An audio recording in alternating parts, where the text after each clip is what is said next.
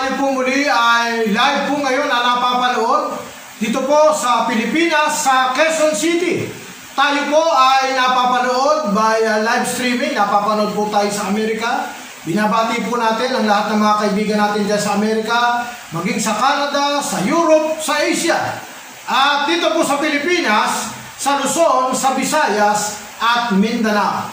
Purihin ang Panginoon. Ngayon po ay narito tayo sa ating programa ayon sa Biblia ng Thy Kingdom Come TV o KNL TV. At ito po ang inyong abang lingkod, Bishop Sherwin Serrano, na tumatalakay may kinalaman sa ating pananampalataya at sa ating paniniwala. Kaya ngayong araw na ito ay tatalakayin po natin may kinalaman po sa pagbabalik muli ng ating Panginoon o ang mas tinatawag nilang rapture. Bagamat walang binabanggit sa Biblia ang salitang rapture, pero ito po ay makikita natin ang kalagayan ng pangyayaring ito, ang pagsalubong sa Panginoon sa alapaap. Kaya mga minamahal, mahalaga na malinaw natin itong issue na ito, sapagkat marami ang tumutuligsa, marami ang hindi naniniwala pagdating po sa rapture.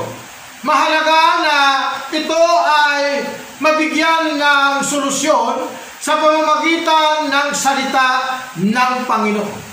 At ang mainam na sasagot sa mga tumutuligsa sa rapture ay mismong ang salita ng Panginoon. Sapagkat naniniwala tayo, ang sabi ng Biblia, ang Biblia ay magagamit sa pagtuturo, sa pagtutuwid, sa ikatututo ng nasa katwiran.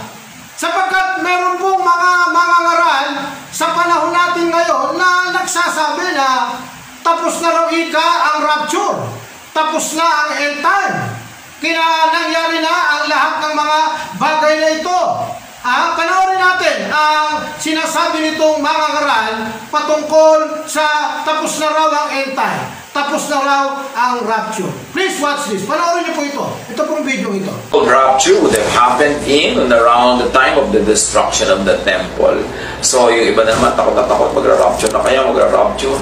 Yung sasakay sila sa aeroplano, Diyos ko, hindi po sana Christian yung piloto dahil baka mag-rapture, mawala siya dito at wala na kami matirang pilot.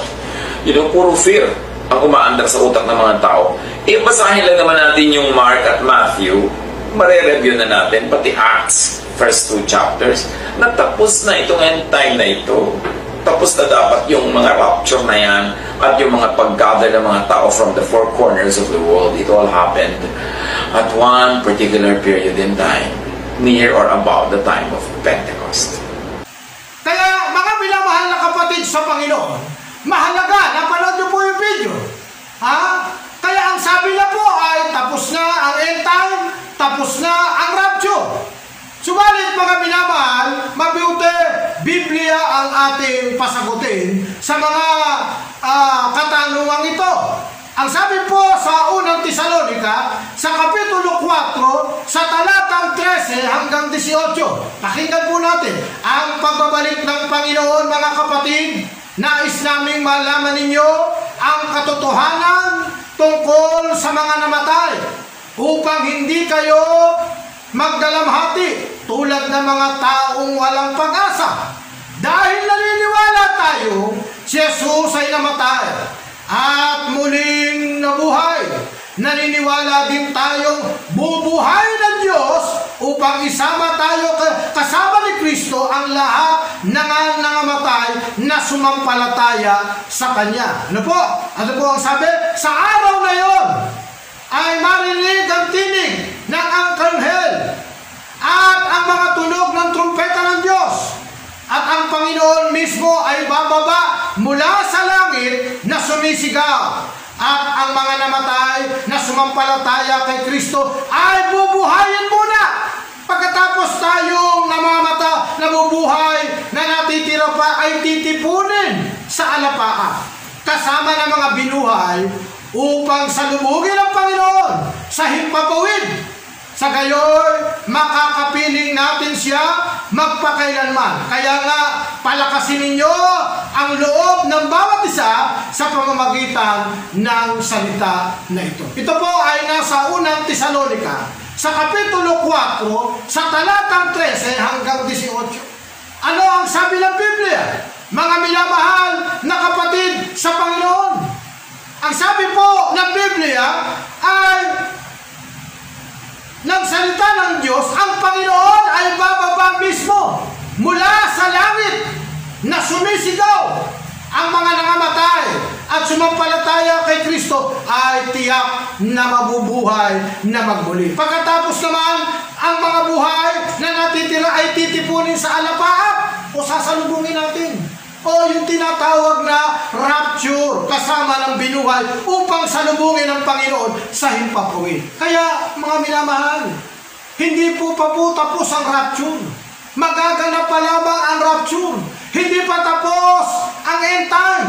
Bagamat nangyayari na ang mga end time, pero meron pong magaganap na pagsalubong. Meron pong magaganap na sasalubungin ng Panginoon sa himpapawid. At ito po ang big event o ang tinatawag na rapture, mga minamahal na kapatid sa Panginoon. Bagamat ang salitang rapture ay wala sa Biblia, pero yung event o yung pagsalubong, yun po yung tinatawag na rapture o pagsalubong muli sa ating Panginoon. Kasi sinasabi ng mga ngaral na ito na ang rapture ay isang bagay na dapat kinatatakutan. Ang sabi daw ng iba, dapat daw mag-alala, dapat mangamba, o dapat may takot. Kaya iba't ibang takot daw ang dala ng rapture, mga minamahal. Hindi po, sapagkat ang sabi ng Biblia, sabi ni Apostol Pablo doon pa rin sa unang Tesalonica, sa Kapitulo 4, sa talatang 13, ganito ang sabi, yung binasa natin kanina.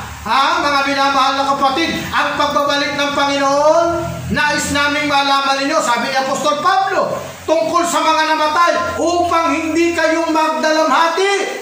Sa mga namatay, upang hindi kayo magdalamhati, tulad ng mga taong walang pag-asa. Sa makatwid, mga minamahal na kapatid sa Panginoon, ang dala ng rapture ay pag-asa. No? Kapag ikaw ay tunay na sumasampalataya sa Panginoon, tunay na nananalig kay Kristo, hindi ka dapat matakot sa rapture. At hindi nakakatakot ang rapture, mga minamahal. Sa mga tunay na kumilala kay Kristo, sa mga tunay na tumanggap kay Kristo, sa mga tunay na sumampalataya kay Kristo, lalo nang tiyak na hindi tayo dapat mag-alala. Hindi tayo dapat mangamba. Kung namumuhay ka ayon sa kalooban ng Panginoon, ay hindi po nakakatakot ang rapture. Kasi sabi ng mga ngaral na ito paano na lang pag yung nasa aeroplano biglang na-rapture. Di nakakatakot baka biglang mahulog ang aeroplano. No, mga minamahal, hindi po nakakatakot ang rapture.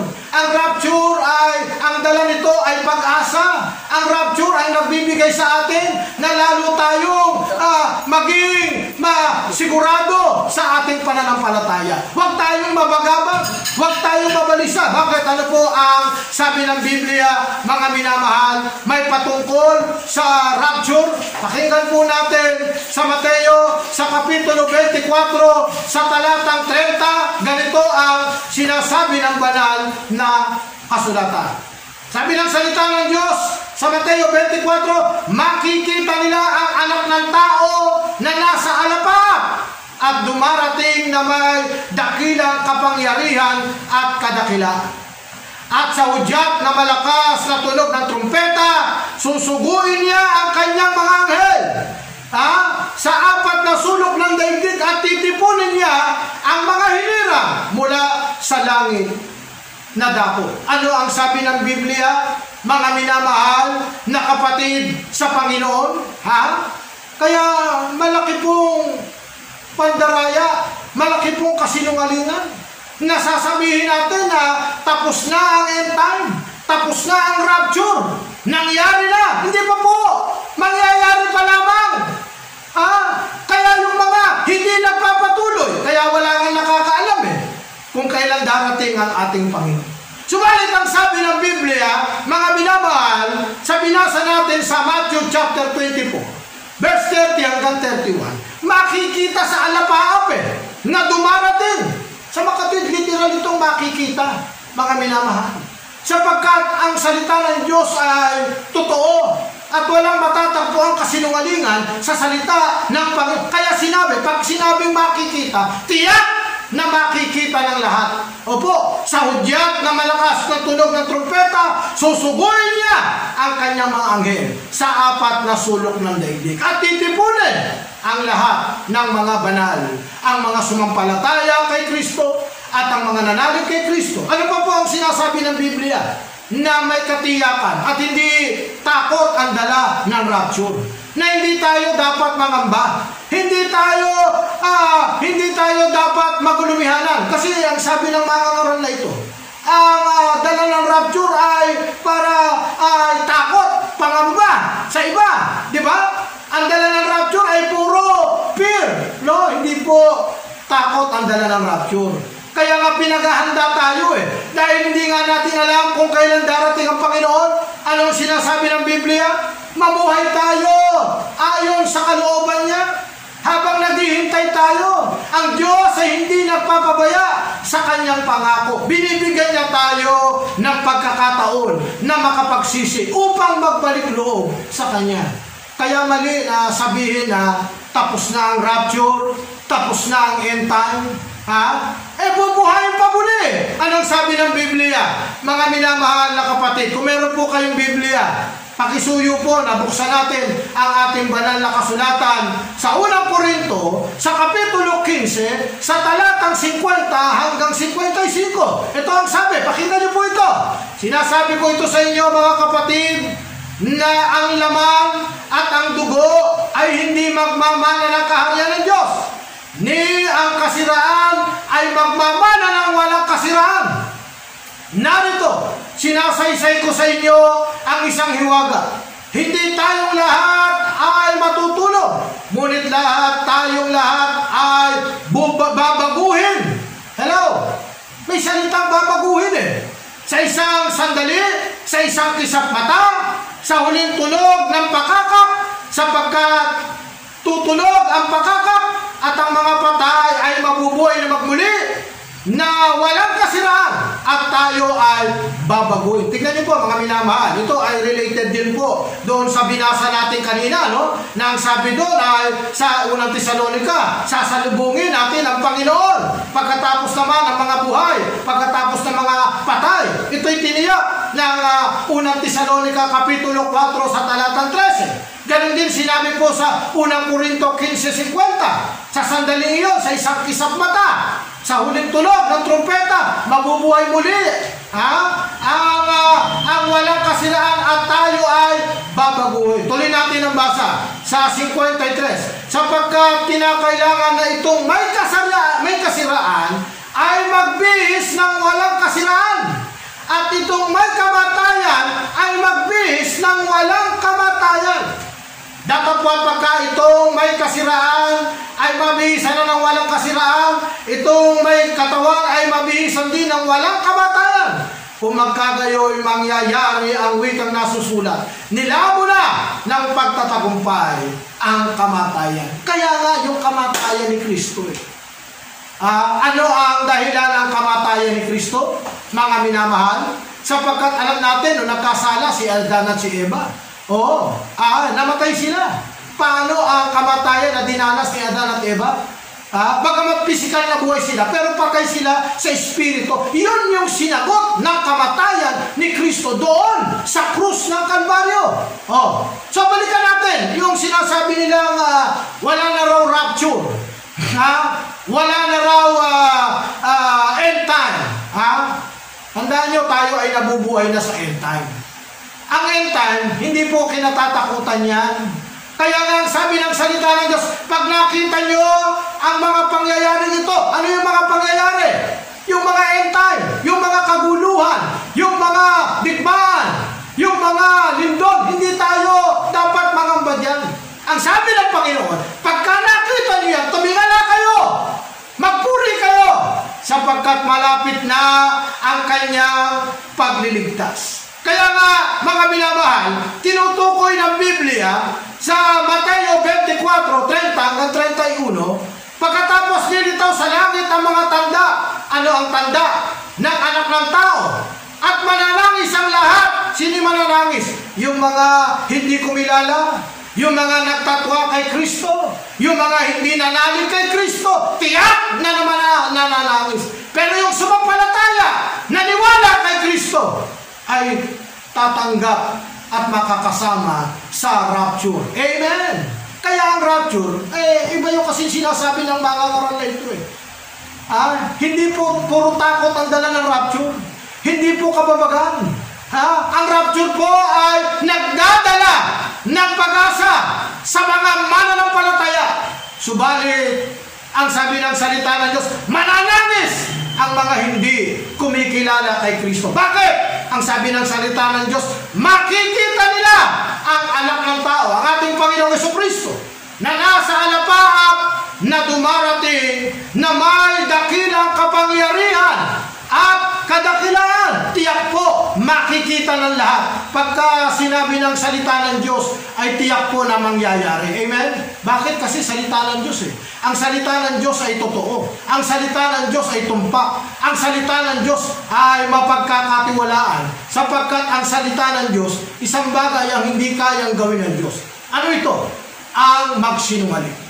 Kaya nung sinabi ng salita ng Diyos, makikita ng tao na nasa alapaap na dumarating na may dakilang kapangyarihan. Hallelujah! Kaya nung sabi doon sa unang Tesalonica, sa kapitulo 4 talatang 16-17, sapagkat ang Panginoon din ang bababang mula sa langit ng may isang sigaw, may tinig ng arkanghel, at may pakakap. At ang mga namatay kay Kristo ay unang bubuhay na magmuli.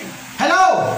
Kaya kung namatay ka kay Kristo, sumampalataya ka kay Kristo, tiyak, ang sabi ng salita ng Diyos, ay mabubuhay na magmuli. Tiyak na magkakaroon ng buhay na walang hanggan. Kaya mali po yung pahayag na wala na ang end time, wala na ang rapture, tapos na ang rapture. Hindi po. Mangyayari po, alam po ang rapture. Kaya yung mga kumilala sa Panginoon na naghihintay, huwag kayong dapat matakot. Hindi po kinatatakutan ang rapture. At hindi dala ay takot ang rapture, hindi po ang dala niya ay takot. Ang dala niya ay pag-asa, ang dala niya ay kasiguruhan na ang mga nanalig kay Kristo, na ang mga sumampalataya kay Kristo ay lalo nagtiyak na maliligtas, lalo nagtiyak na hindi pababayaan ng Panginoon. Amen? Sabi ng salita ng Diyos sa 17, kung magkagayon, tayong mga nabubuhay na nangatitira. Sino yun? Tayo yun. Ay aagawin kasama niya sa alapaap upang salubungin ang Panginoon. Sasalubungin Merong sasalubong. Merong mangyayaring rapture. At meron pang mangyayari. Kaya hindi totoo yung sinasabi ng mga ngaral na ito na tapos na ang rapture, wala na ang rapture. Hello? Maliwanag na sinasabi ng Biblia, sasalubungin ang Panginoon sa hangin at kasama ang mga hinirang na anak ng Panginoon. Amen. Kaya nga, mga minamahal, mahalaga na bilang mga Kristiyano ay pinaniniwalaan natin, mga minamahal, na ang ating Panginoon ay meron itong tatlong paraan ng kanyang pagbabalik muli. Unang-una, yung kanyang pagpunta rito sa lupa para tayo ay tumusin. Sa pamamagitan ng kapanganakan niya nang ginamit ang sinapupunan ni Maria. Yon ang una niyang pagpunta rito sa lupa. Yun po ang paraan upang ang tao ay hanguin mula sa kasalanan. That's why, for God so loved the world, He gave His only begotten Son. Gayun na lamang ang pag-ibig ng Diyos. Ang alawa, ang kanyang muling pagbabalik. Ang tinatawag na rapture, no? Pagbabalik. Pangatlo, yung pagbabalik ni Kristo kasama ng mga banal.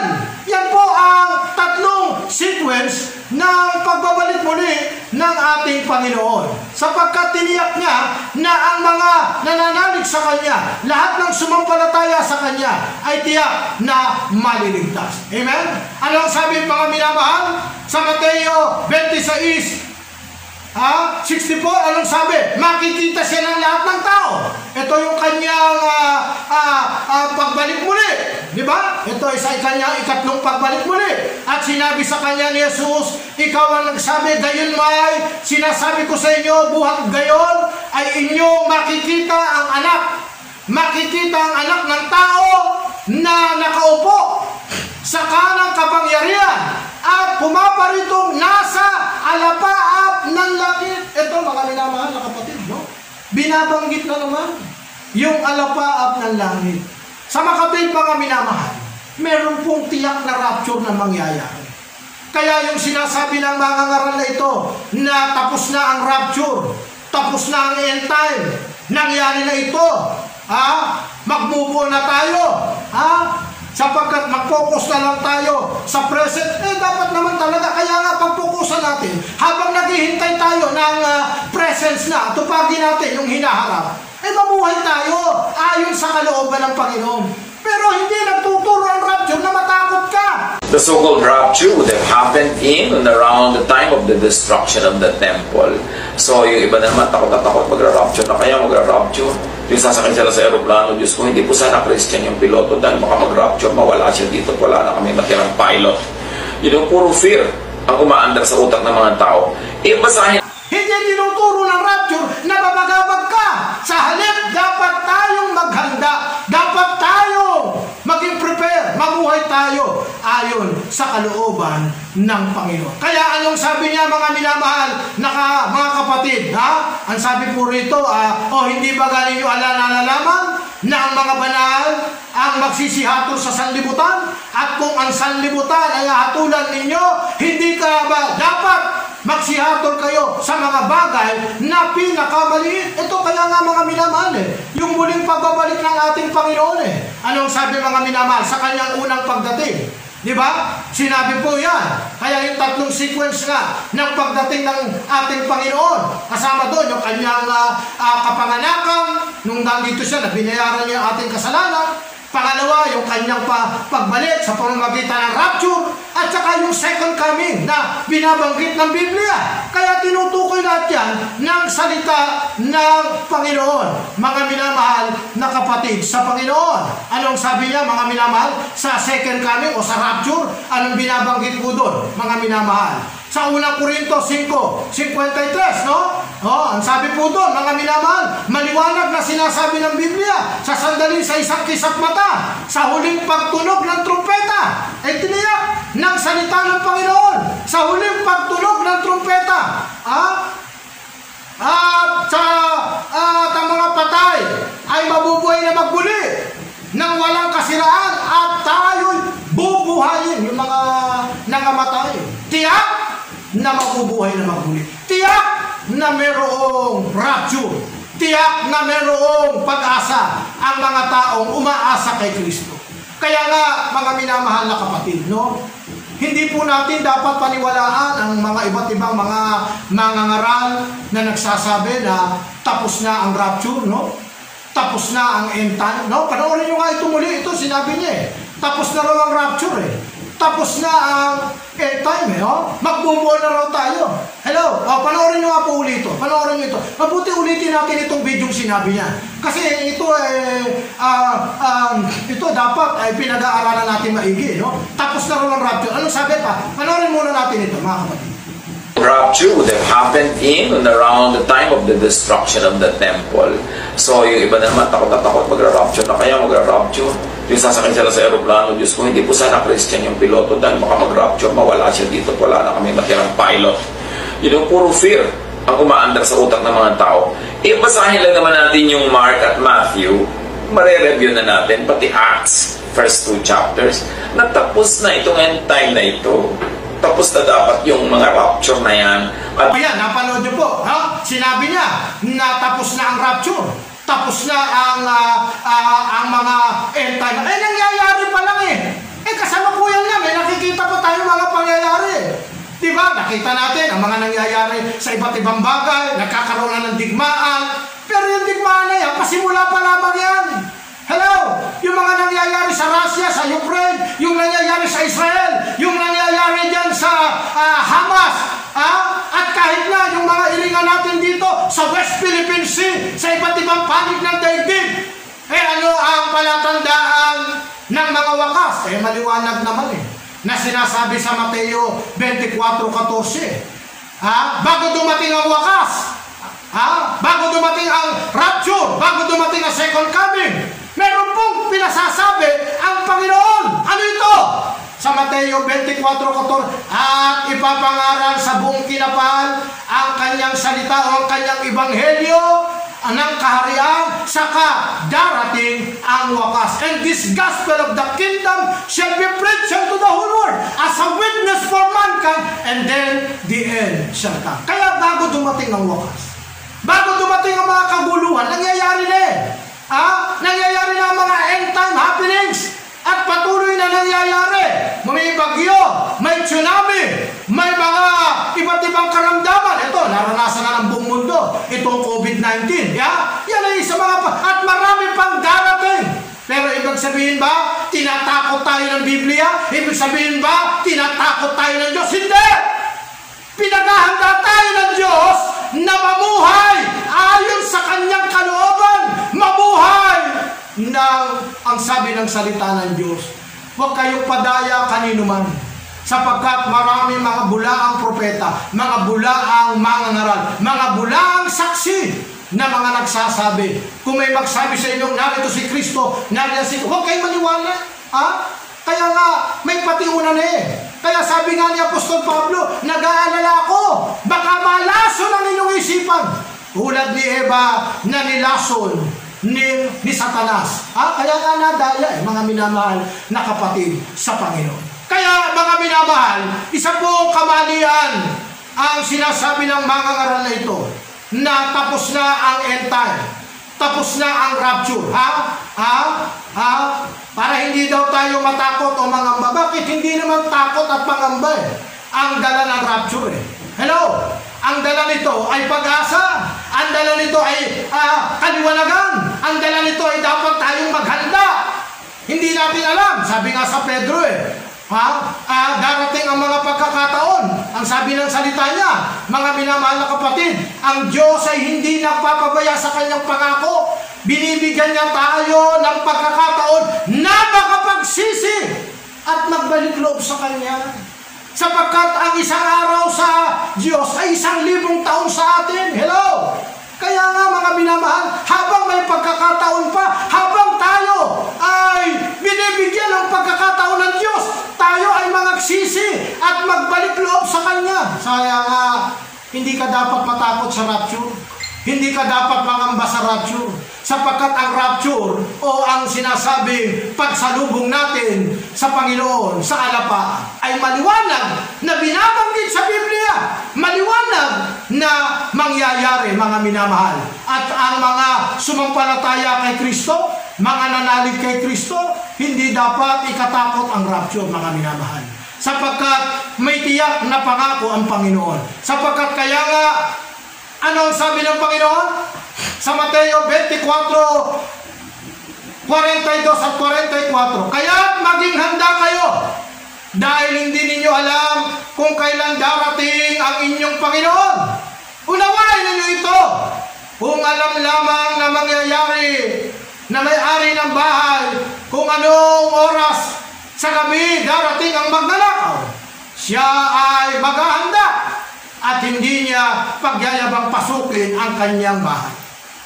Kaya't lagi kayong maging handa, sapagkat darating ang anak ng tao sa oras na hindi ninyo inaasahan. Ano ang sabi ng Biblia? Mga minamahal na kapatid, dapat tayong maghanda. Dapat tayong maging handa palagi. Ikatulad na sinasabi ng mga ngaral na ito na nagbigay pa siya ng illustration na kapag may nakasakay sa eroplano at biglang na-rapture, ano na lang, panoorin nyo nga itong video yung sinabi niya. Sabi niya kasi, halimbawa, may nakasakay sa eroplano, ano sabi niya? Panoorin niyo po ito. Yung sasakay sila sa aeroplano, Diyos ko, hindi po sana Christian yung piloto dahil baka mag-rapture, mawala siya dito, wala na kami natirang pilot. Yan, napanood ninyo. Anong mangyayari na lang sa aeroplano? Kung ang nakasakay doon ay Kristiyano, ang piloto, at biglang nawala, tiyak, kung ang mga nakasakay din doon ay mga sumasampalataya kay Kristo, tiyak, babaksak na lang daw yung aeroplano. Ligtas naman lahat yung nando kasi puro mananampalataya Amen po ba? Kaya hindi dapat tayo natatakot, mga minamahal na kapatid. Sabi ng salita ng Diyos, huwag kayong matakot sa mga pumapatay. Nang laman, ang katakutan ninyo ay ang pumapatay ng espiritu at ng kaluluwa. Ano ang dapat nating ipagigihin, mga minamahal na kapatid? Ang sabi ng salita ng Diyos, maging handa kayo. Always be ready. Kaya nga merong pagpupulong Kaya nga may araw ng pagsamba. Huwag natin pabayaan ang araw ng pagsamba. Kaya nga sabi ng Panginoon, pag mananalangin kayo ng ganito. Our Father in heaven, hallowed be thy kingdom come on earth as it is in heaven. Hallelujah. Kaya hindi po nakakatakot ang rapture, mga minamahal. Huwag natin i-impress sa tao na ang rapture ay nakakatakot. Huwag natin i-impress sa tao na ang dala ng rapture ay puro pangamba, puro takot. Hindi po! Gaya na sinasabi ng mga ngaral na ito, hindi po nakakatakot ang rapture. Ang rapture ay pag-asa. Ang rapture, ang naghihintay, ay malaking kagalakan. Kaya nga, mga minamahal, lalo ng tiyak, kapag tayo ay sumampalataya sa Panginoon, meron pong magandang buhay na inaalok ang ating Panginoon. Kaya nga, mga minamahal na kapatid, isang malaking kamalian na ang sabihin ng isang mangangaral na tapos na ang rapture. Sapagkat, mga minamahal, meron pong binabanggit sa Biblia, ang Panginoon mismo ang bababa mula sa langit na sumisigaw. Pagkatapos nito, ang mga nabuhay, namatay kay Kristo ay bubuhayin muli. At tayong mga mabuhay ay matitira at titipunin sa alapa. Ito yung rapture na binabanggit sa Biblia. Kaya huwag nating sabihin na tapos na ang rapture o wala na ang rapture. May binabanggit sa Biblia Hello? Hindi naman isusulat ito sa unang Tesalonica, sa Kapitulo 4, sa talatang 13 hanggang 18. Kung hindi ito totoo, kung hindi ito tunay, ito ay nasa salita ng Diyos. Anong sabi? Mga minamahal, ang mga nangamatay, kaya yung mga nangamatay na naging born again, yung mga nangamatay na sumampalataya kay Kristo, yung mga nangamatay alang-alang sa pagsunod kay Kristo. Sino yan? Kaya nila ang mga apostol, ng mga pinugutan ng ulo, mga pinatay, dahil sa pagmamalasakit, dahil sa pagtatanggol kay Kristo, dahil sa pananampalataya, tiyak! Na mabubuhay na magmuli, mga minamahal na kapatid sa Panginoon. Yung mga natitirang buhay, ang sabi ng salita ng Diyos yung mga natitirang buhay ay titipunin sa alapap kasama ng mga binuhay upang salubungin ang Panginoon sa himpapawid. Sa gayon, makakapiling natin ang Kristo, ang Panginoon, magpakailanman. Palakasin nawalya ang loob ng bawat isa sa pamamagitan ng salita ng Diyos. Kaya nga, dito lumalakas ang ating loob Merong dakilang pag-asa. Sapagkat in this world, sabi ni Jesus, in this world, you will find tribulation. In this world, makakaranas kayo ng iba't ibang pighati. Kaya nga, iba't ibang taggutom, iba't ibang mga kalamidad ang nangyayari, sapagkat ito'y pati una na ang mangyayari.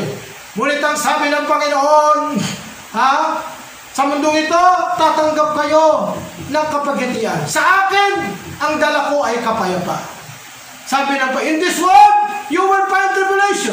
But in me, you will find peace. Jesus said, I overcome this world so that those who believe in me. Kaya kung sumampalataya kay Kristo, nanalig ka kay Kristo, tinanggap mo siya bilang Panginoon at tagapagligtas ng iyong buhay. Mga kapatid, wala kang dapat ipangamba. Wala kang dapat ikatakot. Huwag kang matakot sa rapture. Hindi po totoo yung sinasabi nila na nakakatakot ang rapture. Hindi po. Nakakatakot lang ang rapture sa mga hindi sumasampalataya, sa mga hindi nanalig kay Kristo. Pero kung ikaw ay sumampalataya kay Kristo, pinaniwalaan mo ang ating Panginoong Jesucristo, tinanggap mo siya, namuhay ka ayon sa kanyang kalooban, tiyak meron kang buhay na walang hanggan. Sapagkat naparito ang anak ng tao. Sapagkat ang sabi ng salita ng Diyos, naparito siya upang bigyan tayo ng isang buhay. Isang buhay na ganap at kasiyasiya. Kaya mga minamahal, huwag tayong maniwala na tapos na ang rapture. Huwag tayong maniwala na tapos na ang end time. Kasalukuyan pa lang natin nadarama, nakikita ang mga pangyayari sa mga end time happening. Yan po, nasasaksiyan na natin. At marami pa. Kasi kung tapos na ang end time, bakit may mga digmaan pang dumarating? Bakit meron pang mga kaguluhan na dumarating? Ang end time, magkakaroon na ng malaking digmaan pang buong daigdig. Yan ang mga mangyayari na binabanggit ng banal na kasulatan, mga minamahal. Hindi pa nga nangyayari. Nagsisimula pa lang. At marami pa lang nagsisimula at marami pang mga pangyayari pwedeng mangyari na inaabangan na mangyayari. Pero ang pangako ng Panginoon, huwag kayong magulumihanan. Huwag kayong mabagabang. Sabi ng salita ng Diyos, hallelujah. Kaya kung babasahin natin ang Biblia, palagi tayong binibigyan ng Panginoong Hesus ng lakas ng loob. Magpakatibay kayo. Huwag kayong matakot. Huwag kayong mangamba. Sa bahay ng aking Ama ay maraming mansyon. Ipaghahanda ko kayo ng silid na matutuluyan. Sapagkat kung saan ako rin naman naroon. Kaya nga, anong panalangin na itinuro sa atin ng Panginoon? Mga minamahal na kapatid. Ito, kabisado natin panalangin. Nandun na yung sagot eh. Ang sabi niya, Our Father in heaven, hallowed be your kingdom come, darating pa lang. Your will be done on earth as it is in heaven. Hello? Kaya yung rapture tiniyak ng salita ng Diyos o yung pagsalubong, yung mga nangamatay, bubuhay na magmuli. Yung mga nangamatay na sumampalataya, bubuhay na muli. Sa pagkabuhay na muli, papalitan yung katawang panlupa. Natural, mga patay na yan. Yung mga nasa simenteryo, wala na yan. Bulok na yung mga katawan yan. Naagnas na. Mga abo na. Pero bibigyan sila ng katawang panglangit na hindi na yung tayong nabubuhay. Papalitan. Doon nga sa rapture sasalubungin natin ang Panginoon at makakasama sa alapa. Kaya mali yung turo na sinasabing tapos na ang end time. Tapos na ang rapture. Nangyayari pa lang ang end time. At mangyayari pa lang ang rapture. Pero huwag kang matakot. Huwag kang mangamba. Siniguro sa atin ang Panginoon. Lahat ng mga nanalig kay Kristo. Lahat ng mga sumampalataya kay, tinanggap mo siya bilang Panginoon at tagapagligtas ng iyong buhay. Tiyak na may pangako. Ano ang pangako? Buhay na walang hanggan. Kaya ang rapture, ang dala niya ay pag-asa, ang dala niya ay kaligtasan. Mga minamahal na kapatid, nawa ay nakinabang po tayo sa mga salita ng Diyos na ating pinagbulay-bulayan at pinag-aralan sa araw na ito. Kaya nga, mga minamahal, lagi tayong pinapaalalahanan ng salita ng Diyos. Mag-ingat po tayo. Subukin natin ang bawat espiritu. Sa unang 1:4:1, test every spirit if it is come from the Lord. Sapagkat maraming mga bulaang propeta, mga bulaang mga ngaral. Sa panahon natin ngayon, dapat tayo magsaliksik. Aralin natin ang kanyang salita. Pagbulay-bulayan natin, sabi niya nga kay Joshua chapter 1 verse 8, meditate my word day and night, and you will be successful. Hindi pa po tapos ang rapture. Hindi pa po tapos ang end time events. Nangyayari pa lang at mangyayari pa lang. Kaya ang mga sumampalataya kay Kristo, may pangako, may bagong langit at bagong lupa. Ang sabi ng Panginoon, sa Daniel chapter 2 verse 44, sabi ni Prophet Daniel, and God of this heaven will set up the kingdom. All the kingdom of this world will be destroyed, but the kingdom of God will remain forever. That's why in Matthew chapter 6 verse 33, hanapin muna natin ang kanyang kaharian at ang kanyang katwiran. At ang lahat ng mga bagay na ito ay idaragdag sa atin. Kaya itinuro sa atin ng Panginoon, when you pray, thy kingdom come, thy will be done on earth as it is in heaven. Umaasa tayo. We are waiting for the blessed hope. The rapture is coming.